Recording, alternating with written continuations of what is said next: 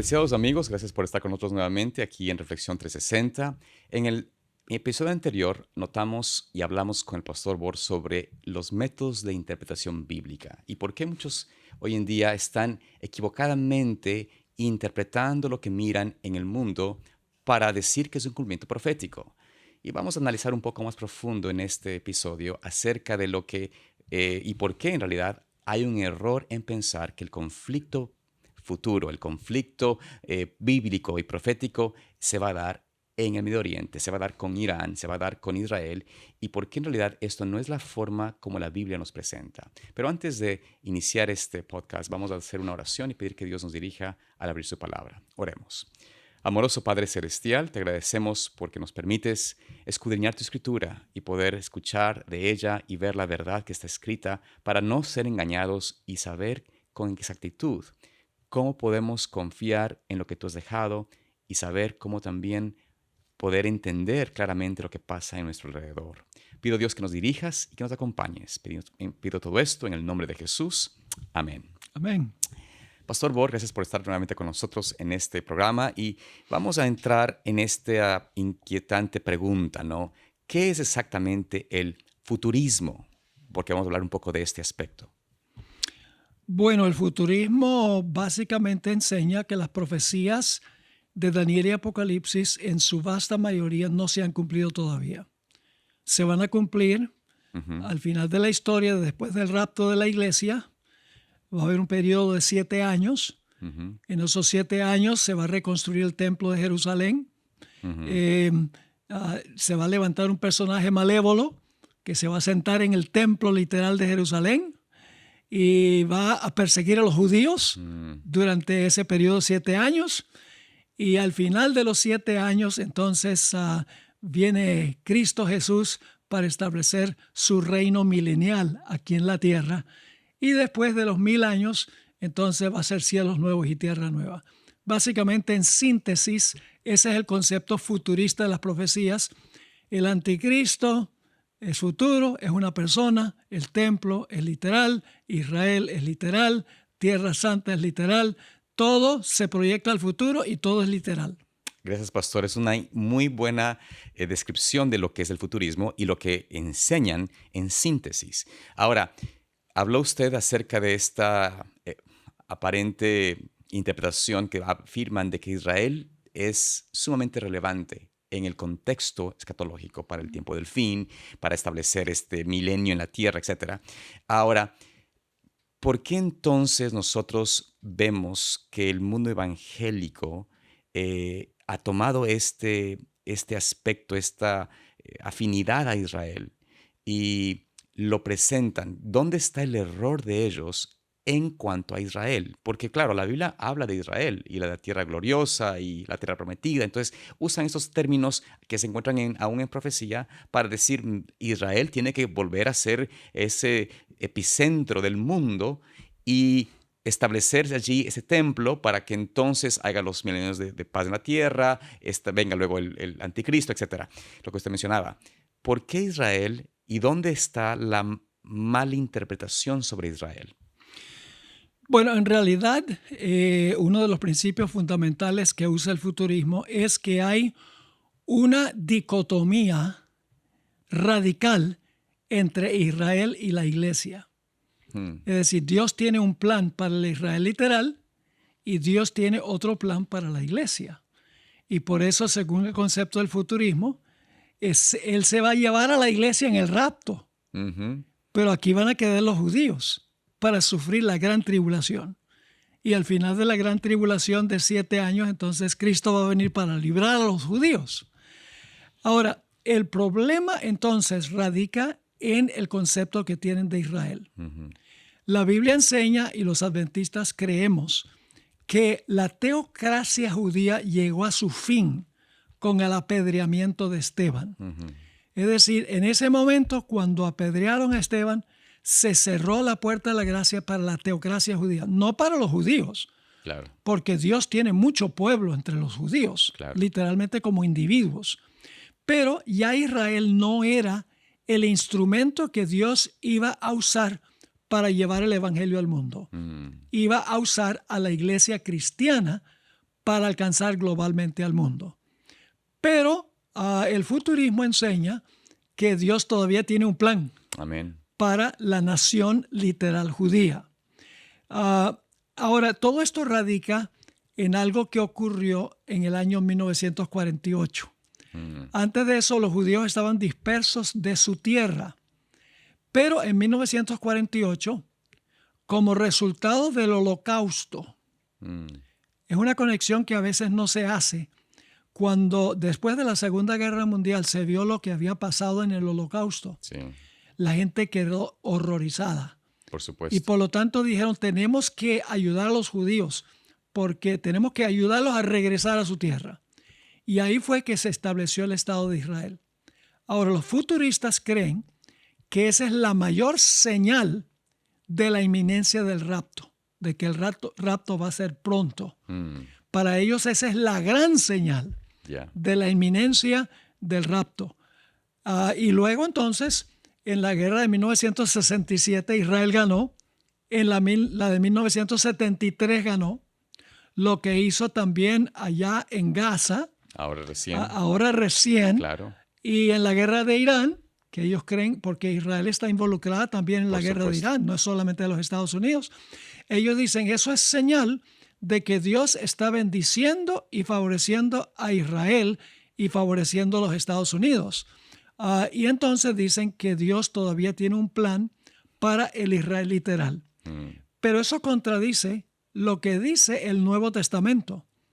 El Nuevo Testamento dice, por ejemplo, en el libro de Gálatas, si podemos ir allí, el libro de Gálatas, el capítulo 3 y el versículo 16 primero y luego el versículo 26, 28 y 29. Perfecto. Si puedes leer eso. Por supuesto, Gálatas 3:16 nos dice la palabra de Dios. Ahora bien, a Abraham fueron hechas las promesas y a su simiente. No dice y a las simientes, como si hablase de muchos, sino como de uno y a tu simiente, la cual es Cristo. Ok, paremos un momentico allí. ¿Quién es la simiente? Cristo. Una persona. La simiente es Cristo, claramente. Por supuesto. Pero luego, en el mismo capítulo, el apóstol Pablo parece contradecirse. Porque en los versículos 28 y 29 va a decir que nosotros también somos simiente. Si quieres. Claro, lo voy a leer allí, pastor. Dice, Gálatas 3, 28 y 29. Ya no hay judío ni griego, no hay esclavo ni libre, no hay varón ni mujer, porque todos vosotros sois uno en Cristo Jesús. Y si vosotros sois de Cristo, ciertamente linaje de Abraham sois y herederos según la promesa. Entonces hay una sola simiente, dice Pablo, que Correcto. es Cristo.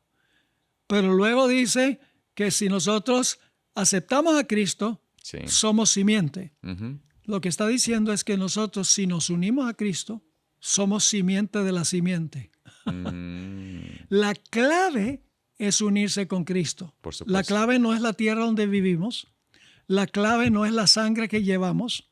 No es el linaje de donde venimos. Correcto. Ser Israel hoy en día, ser un judío hoy en día, significa unirse a Cristo Jesús. Ahora, no quita de que haya judíos biológicamente hablando. Por supuesto. En Juan el capítulo 8, un capítulo muy interesante, voy a solamente a mencionarlo, Jesús estaba hablando con un grupo de judíos. Correcto. Y ellos dijeron, nosotros somos hijos de Abraham. Sí, simiente de Abraham somos. Y el Señor Jesucristo le dijo, si ustedes fueran hijos de Abraham, ustedes me hubieran aceptado. Y luego les dijo algo terrible. Ustedes son de su padre el diablo. Ahora, ¿cómo nos convertimos nosotros en simiente de Cristo? Bueno, Cristo es el Hijo de Dios.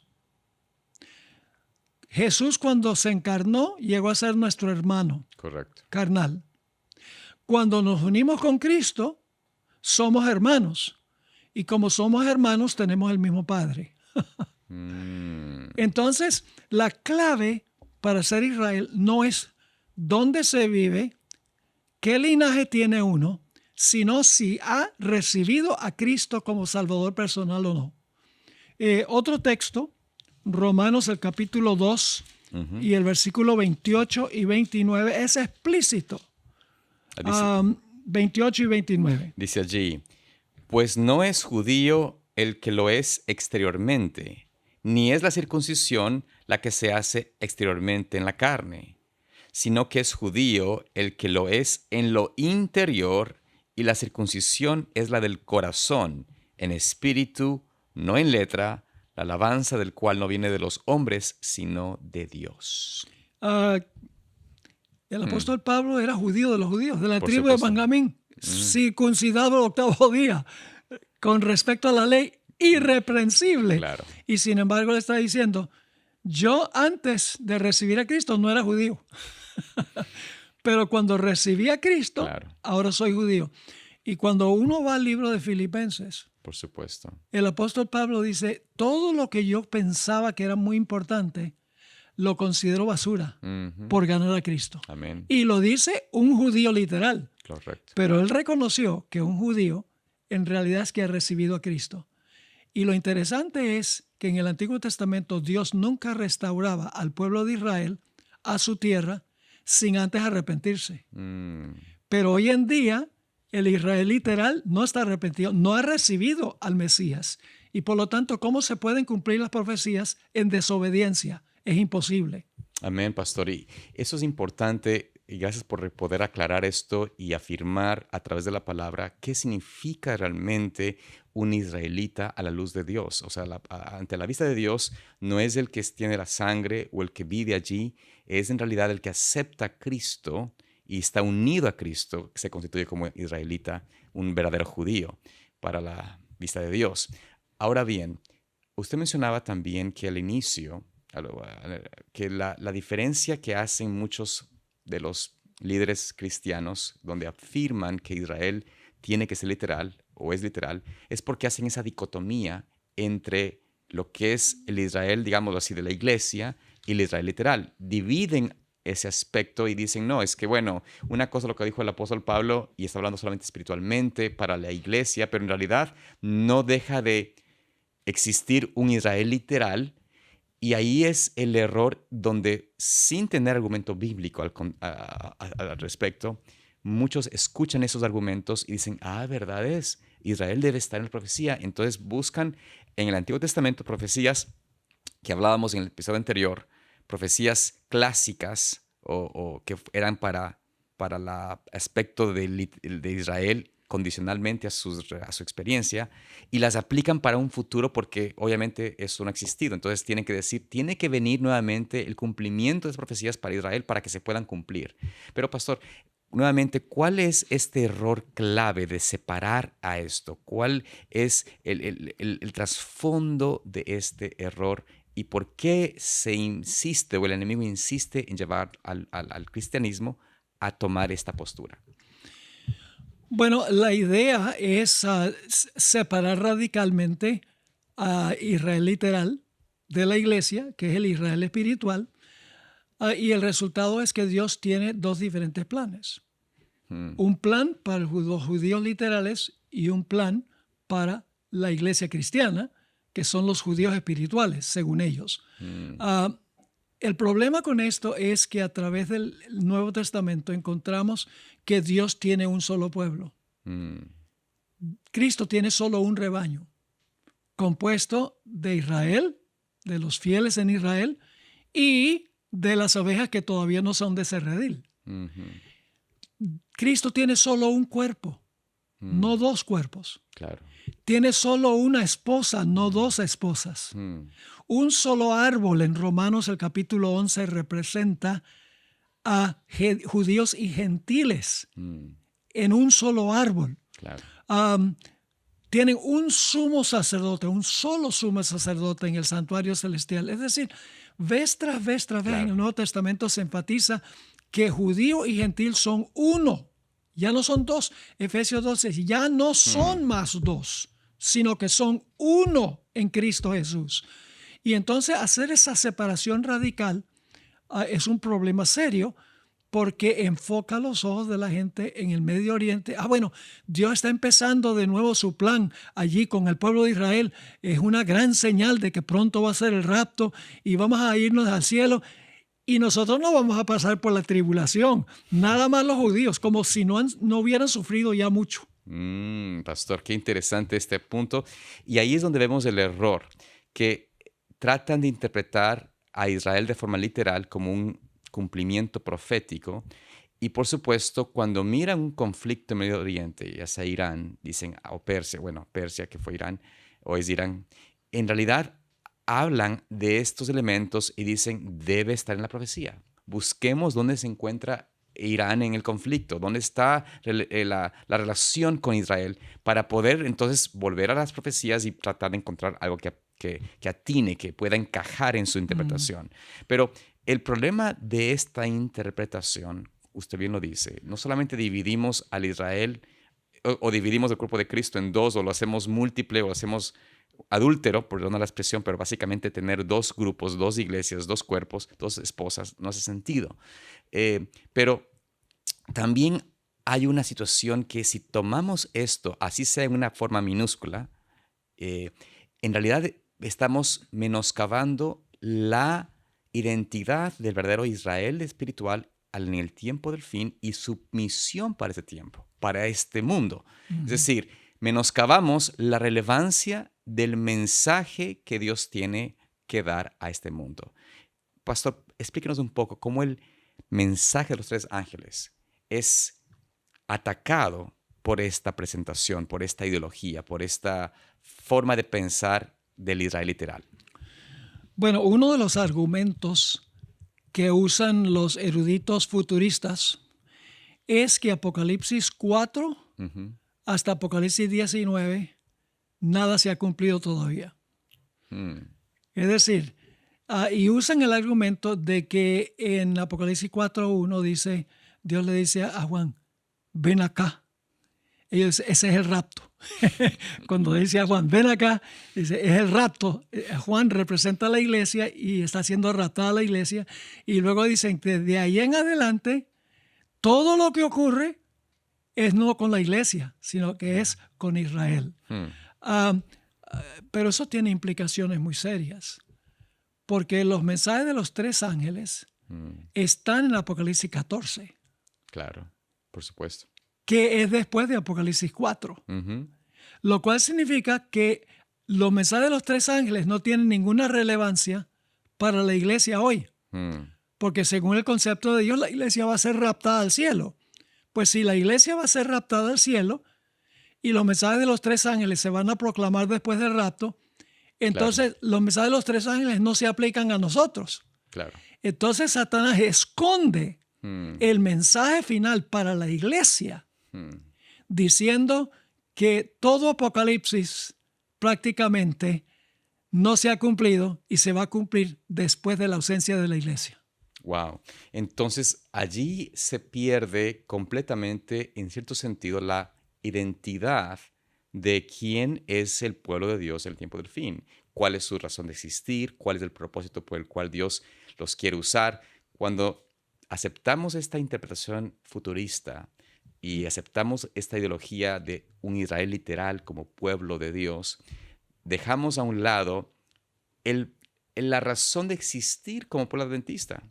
O sea, que dejamos de, en realidad menoscabamos la evidencia de una venida visible de Cristo, de la necesidad de preparación, de tener que dar un mensaje que dé una advertencia a, a lo que viene y también al surgimiento de los poderes que hemos entendido en la Escritura se están levantando, pero que no es lo que ellos interpretan, no es lo que el mundo cristiano está mirando, sino más bien al contrario, como usted mencionó en el episodio anterior, Satanás está poniendo algo que quita de vista de lo que realmente está pasando. Ujú. Es una forma de engaño, de tergiversar el enfoque para que se enfoque la gente en algo que no es realmente la verdad, pero que les entretenga, les mantenga ocupados, mientras lo que sucede en realidad se está estableciendo, ¿no? Sí, tal vez puedo dar un ejemplo Por supuesto. de cómo los futuristas interpretan las profecías. Por supuesto, adelante. Cristo le hizo dos promesas a su pueblo, a Ujú. los discípulos. En primer lugar, les dijo que iba a ir a la casa del Padre y que Ujú. después de preparar un lugar iba a venir a llevárselos. Así es. Pero hizo una segunda promesa y es que los santos tomarán la tierra por heredad. Ujú. Es decir, prometió llevarlos al cielo y prometió darles la tierra por heredad. Por supuesto. Ahora voy a decir por qué inventaron la teoría del rapto. Hmm. ¿Por qué fue? La siguiente razón. ¿Cómo podía Cristo cumplir esas dos promesas? Ellos dicen, pues tiene que llevar a la iglesia al cielo por 7 años para cumplir la primera promesa de que los va a llevar al cielo. Hmm.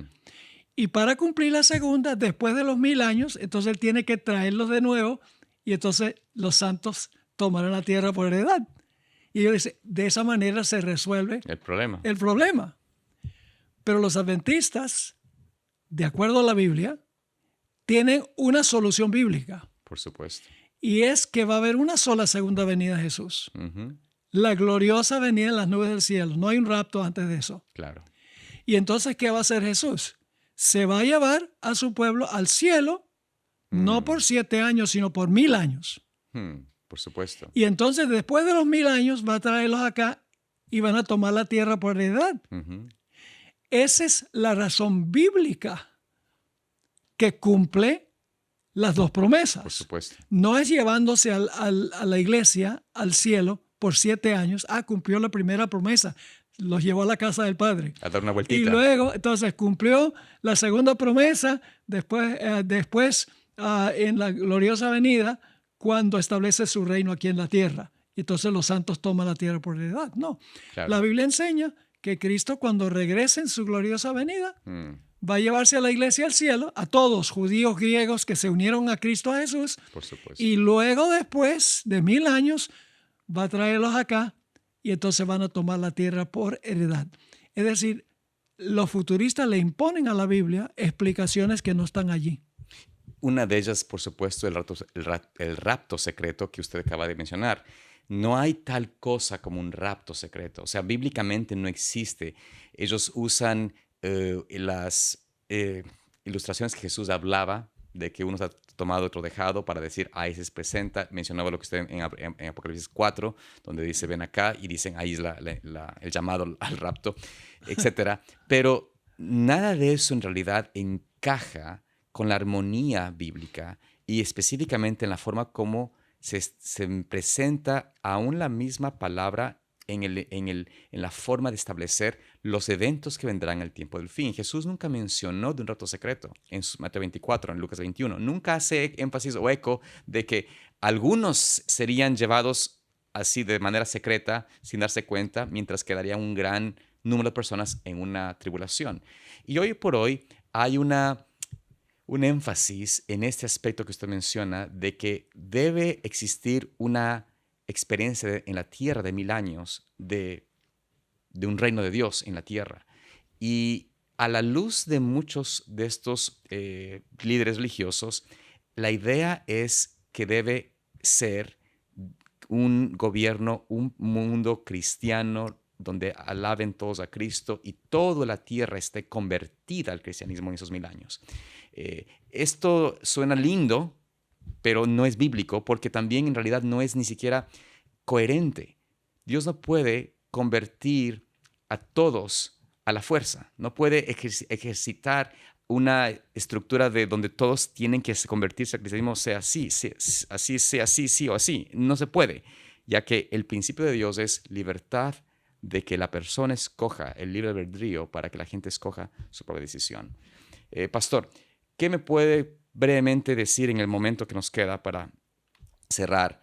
Es la pregunta clave sobre Irán, finalmente, en ese aspecto. ¿Está Irán en la profecía? ¿Está Irán en Persia en la profecía bíblica? En términos generales, sí. Porque Mateo 24 dice que habrá guerras y rumores de guerras, nación contra nación, pero esa guerra específica no está contemplada en las profecías porque Israel literal ya no es el pueblo de Dios. Los Estados Unidos están jugando un papel en la profecía, pero esta guerra específicamente no está profetizada. Amén, pastor. Vamos a ver en el próximo episodio cuáles son los verdaderos actores de la profecía bíblica. Esperamos que ustedes puedan acompañarnos en el próximo episodio de esta Reflexión 360 para que podamos continuar estudiando más de la palabra del Señor. Dios los bendiga.